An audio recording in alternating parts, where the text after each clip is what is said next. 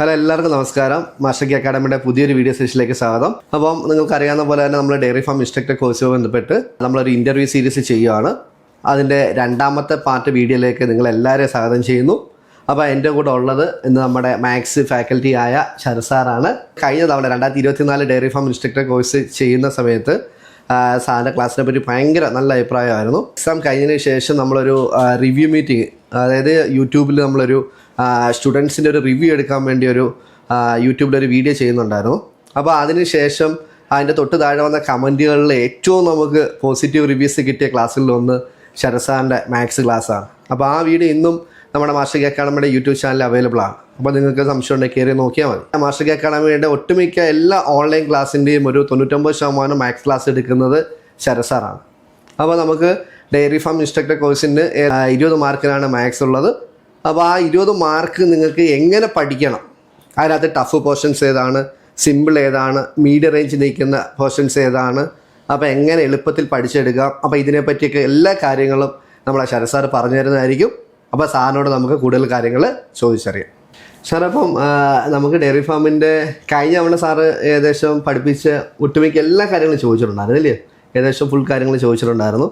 അപ്പോൾ എനിക്ക് തോന്നുന്നു 8 മൊഡ്യൂൾസാണ് മാത്സിൻ്റെ ഭാഗത്തു നിന്നുള്ളല്ലേ? അതെ, 8 മൊഡ്യൂൾസാണ് നമുക്ക് മാത്സിൽ നിന്ന് പഠിക്കാനുള്ളത്.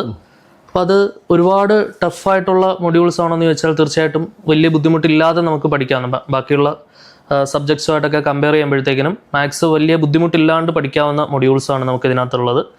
അതിനകത്ത് ഏറ്റവും വലിയൊരു അഡ്വാൻറ്റേജ് എന്ന് പറയുന്നത് നമ്മുടെ ആദ്യത്തെ മൊഡ്യൂൾ തന്നെ സെറ്റ് തിയറിയാണ്. ആ സെറ്റ് തിയറിക്കകത്ത് തന്നെ നമുക്ക് 4 മാർക്ക് സിലബസ് പ്രകാരം കൊടുത്തിട്ടുണ്ട്. ഓക്കെ, അപ്പോൾ ബാക്കിയുള്ള കുറച്ച് പ്രയാസം എന്ന് കുട്ടികൾ സാധാരണഗതിയിൽ പറയുന്ന ടോപ്പിക്കാണ് കണ്ടിന്യൂറ്റി ആൻഡ് ഡിഫറൻഷ്യബിലിറ്റി, ലിമിറ്റ് പോലെയുള്ള ടോപ്പിക്കുകളൊക്കെ. അപ്പോൾ അങ്ങനെയുള്ള ഏരിയാസ് വരുമ്പോൾ മാത്രം അത് വളരെയധികം റാങ്ക് മേക്കിംഗ് ആയിട്ടുള്ള ഒരു ടോപ്പിക്കായിട്ട് മാറുന്നുണ്ട്.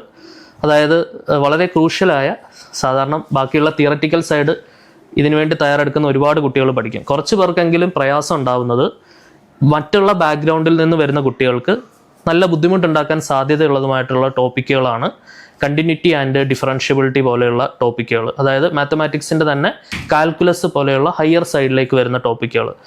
ആ ഒരു ഏരിയ നന്നായിട്ട് പ്രിപ്പയർ ചെയ്യുകയാണെന്നുണ്ടെങ്കിൽ അത് വളരെ റാങ്ക് മേക്കിംഗ് ആയിട്ടുള്ള ടോപ്പിക്കുകളായിരിക്കും. വളരെ ഉയർന്ന റാങ്കിലേക്ക് എത്താൻ അത് നിങ്ങളെ വളരെയധികം ഹെൽപ്പ് ചെയ്യുന്ന ടോപ്പിക്കാണ്. ഓക്കെ, പിന്നെ ഇതിൻ്റെ മാർക്ക് ഡിസ്ട്രിബ്യൂഷൻ നിങ്ങൾ 100% അങ്ങനെ അങ്ങോട്ട് വിശ്വസിക്കേണ്ട. കാരണം കഴിഞ്ഞ പ്രാവശ്യം നടന്ന പരീക്ഷയിൽ ഈ മാർക്ക് ഡിസ്ട്രിബ്യൂഷൻ അനുസരിച്ച് മാത്രമായിരുന്നില്ല അവർ ചോദ്യങ്ങൾ ചോദിച്ചിട്ടുണ്ടായിരുന്നത്. അതായത് ചില ടോപ്പിക്കുകൾ, ഇപ്പോൾ 2 മാർക്ക് പറഞ്ഞിട്ടുള്ള ചില ടോപ്പിക്കുകളിൽ നിന്ന് 3 മാർക്കിൻ്റെയും 4 മാർക്കിൻ്റെയും വരെ ചോദ്യങ്ങൾ ചോദിച്ചിട്ടുണ്ട്. അതേപോലെ 3 മാർക്ക് പറഞ്ഞ ടോപ്പിക്കിൽ നിന്ന് ഒരു ചോദ്യം കുറച്ച് 2 മാർക്ക് ആക്കിയിട്ടുണ്ട്. അങ്ങനെ ആ ഒരു വേരിയേഷൻസ് സംഭവിച്ചിട്ടുണ്ട്. ഓക്കെ, പിന്നെ പറയാനുള്ളത് കുറച്ച് ഡീറ്റെയിൽഡ് ആയിട്ട് പഠിക്കുക എന്നുള്ളതാണ്. അതായത് പർട്ടിക്കുലർലി ആ സിലബസിൽ പോയിന്റ് ഔട്ട് ചെയ്യുന്ന കാര്യങ്ങളിൽ മാത്രം ഒതുങ്ങി നിൽക്കാതെ വളരെ വിശകലനം ചെയ്തുള്ള വളരെ വിശദമായിട്ടുള്ള ഒരു പഠനം മാത്സിന് ആവശ്യമാണ്. കാരണം സിലബസിനെ സംബന്ധിച്ചിടത്തോളം മാത്തമാറ്റിക്സിൻ്റെ കേസിൽ ഒരു ഔട്ട്ലൈൻ മാത്രമാണ് അവർ തരുന്നുണ്ടാവുക. നിങ്ങൾ ആ സിലബസ് വായിച്ച് നോക്കിക്കഴിഞ്ഞാൽ ഏറ്റവും അവസാനം മുഴുവൻ സിലബസിൻ്റെ ഏറ്റവും അവസാനം അവർ റെഡ് കളറിൽ ഒരു സംഭവം കൊടുക്കുന്ന കണ്ടിട്ടുണ്ടോ? ഈ സിലബസ് എന്ന് പറയുന്നത് ഒരു സ്കെലറ്റൺ മാത്രമാണ്. അതിൻ്റെ വളരെ വിശദമായിട്ടുള്ള ഒരു പഠനം ആവശ്യമാണ്. എവിടെ നിന്ന് വേണമെങ്കിലും ഈ എക്സ്റ്റെൻഡഡ് വെർഷൻ ഓഫ് ദ സിലബസിൽ നിന്ന് എവിടെ നിന്ന് വേണമെങ്കിലും ചോദ്യം ചോദിക്കാമെന്ന് സിലബസിൽ പറയുന്നുണ്ട്. അപ്പോൾ അതുകൊണ്ട് തന്നെ തീർച്ചയായിട്ടും ഇപ്പോൾ കണ്ടിന്യൂറ്റി ആൻഡ് ഡിഫറൻഷ്യബിലിറ്റി എടുക്കുകയാണ്. ഇപ്പോൾ ഡെറിവേറ്റീവ്സ് എന്നുള്ളൊരു വാക്ക് സിലബസിൽ കാണുമ്പോൾ എന്താണ് ഡെറിവേറ്റീവ് എന്ന് മാത്രം പഠിച്ചുകൊണ്ട് കാര്യമില്ല.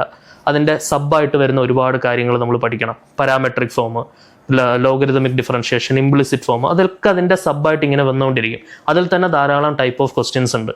അപ്പം കുറച്ച് സമയമെടുത്ത്, പക്ഷേ ഞാൻ ആദ്യമേ പറഞ്ഞതുപോലെ വലിയ പ്രശ്നമില്ലാണ്ട് പഠിച്ചു കഴിഞ്ഞാൽ the level of question is very simple compared to another competitive exams. നമ്മൾ കുറച്ച് ഡീറ്റെയിൽഡ് ആയിട്ട് പഠിക്കണം എന്നുള്ളതൊരു സത്യമാണ്. പഠിച്ചാൽ മാത്രമേ നമുക്ക് ആൻസർ കിട്ടുള്ളൂ എന്നുള്ളത് ഒരു സത്യമാണ്. പക്ഷേ ലെവൽ ഓഫ് ടഫ്നെസ് എന്ന് പറയുന്നത് മറ്റുള്ള പരീക്ഷകളുമായിട്ട് താരതമ്യം ചെയ്യുമ്പോൾ മാത്തമാറ്റിക്സിൻ്റെ കേസിൽ ഡയറി ഫാം ഇൻസ്ട്രക്ടറിന് ഒരു വലിയ ടഫ്നെസ് ഉള്ള ക്വസ്റ്റ്യൻസ് അല്ല ചോദിക്കുക. ക്ലിയർ ആയിട്ട് പഠിച്ചു കഴിഞ്ഞാൽ വളരെ ഈസിയായി ഹാൻഡിൽ ചെയ്യാവുന്ന ചോദ്യങ്ങൾ മാത്രമാണ് ചോദിക്കുക.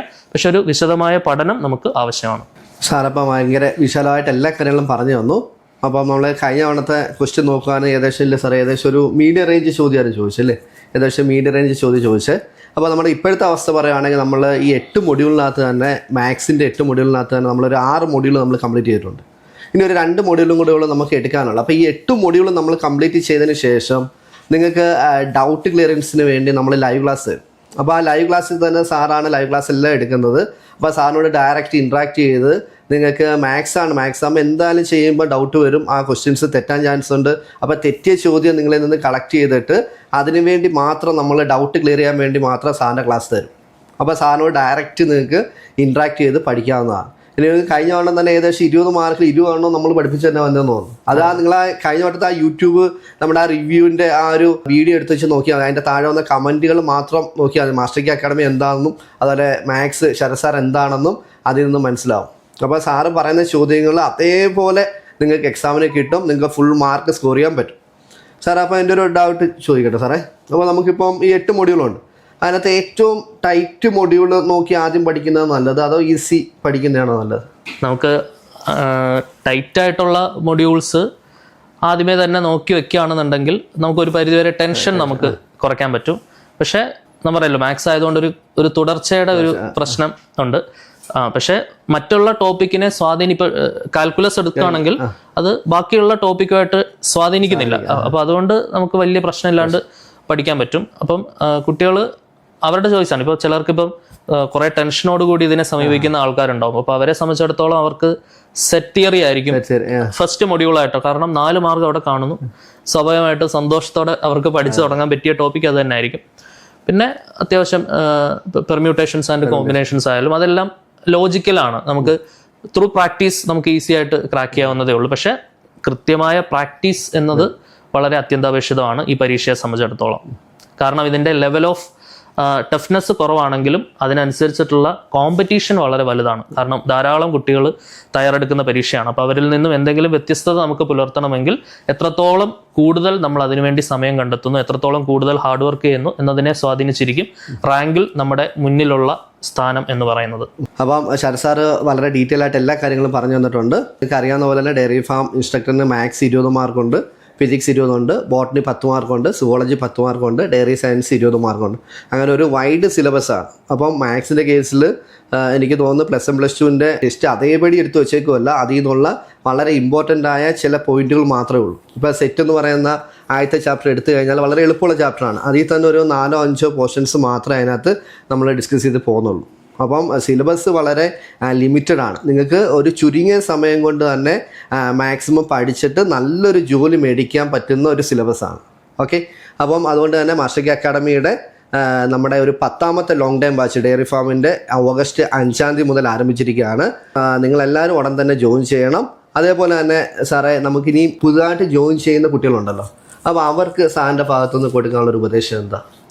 പുതുതായിട്ട് ജോയിൻ ചെയ്യുന്ന കുട്ടികളോട് പറയാനുള്ളത്, നിങ്ങൾ മാസ്റ്റർ കീ അക്കാഡമിയെ 100% വിശ്വസിച്ച് കഴിഞ്ഞാൽ നിങ്ങൾക്ക് ഒരിക്കലും നിരാശപ്പെടേണ്ടി വരില്ല എന്നുള്ളത് 100% നമ്മൾ ഗ്യാരണ്ടി തരുന്നു. കാരണം ഓൺ ഡെയിലി ബേസിസ് നമ്മൾ നിരന്തരമായി ക്ലാസ്സുകൾ എടുക്കുകയും വളരെ സിസ്റ്റമാറ്റിക് ആയിട്ട് ക്ലാസ്സുകൾ അപ്ലോഡ് ചെയ്യുകയും വളരെ സിസ്റ്റമാറ്റിക് ആയിട്ട് എക്സാമുകൾ നടത്തുകയും വളരെ ഡീറ്റെയിൽഡ് ആയിട്ടുള്ള സിലബസ് ക്ലാസ്സുകൾ പ്രൊവൈഡ് ചെയ്യുകയും ചെയ്യുന്നുണ്ട്. അതുകൊണ്ട് 100% കോൺഫിഡൻസോടുകൂടി കഴിഞ്ഞ പ്രാവശ്യം നമ്മൾ 1ാം റാങ്ക് ഉൾപ്പെടെ വാങ്ങിച്ച ഇൻസ്റ്റിറ്റ്യൂട്ടാണ്.